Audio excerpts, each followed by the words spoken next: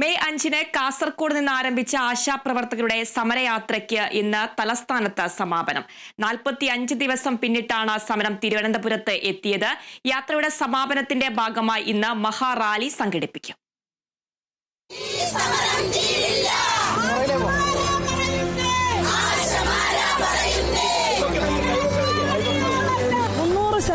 വർധനവൊക്കെ ആവശ്യപ്പെട്ടാൽ എങ്ങനെ തരും? സർക്കാർ ഒപ്പമുണ്ട്, നിങ്ങൾ പോകണം. സമാനതകളില്ലാത്ത തൊഴിലാളി വർഗ പ്രതിഷേധം. കേരളം അടുത്തിടേക്കൊന്നും കാണാത്ത സ്ത്രീ പോരാട്ടത്തിന്റെ നാളുകൾ. ഭരണകർത്താക്കളുടെ കൺമുന്നിൽ നടക്കുന്ന അവകാശ സമരം.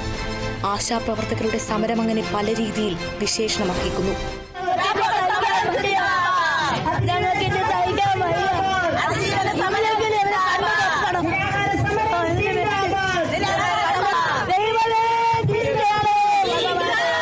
ഇന്ന് രാപ്പകൽ സമരം തുടങ്ങി 129-ാം ദിവസം. ഇതിനിടയിൽ വേനലും കാലവർഷവും വന്നുപോയി. പ്രതിസന്ധികളെ ഓരോന്നും അതിജീവിച്ച സമരം മുന്നോട്ട്.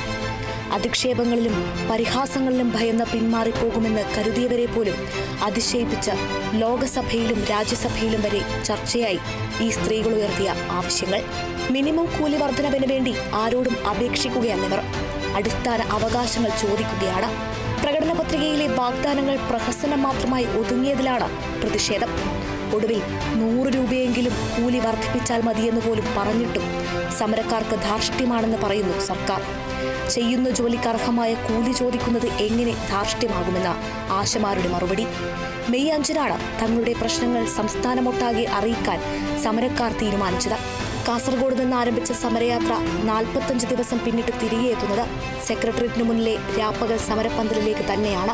വീര്യം ഒട്ടും കുറയാതെ സമരം തുടരാനാണ് തീരുമാനം.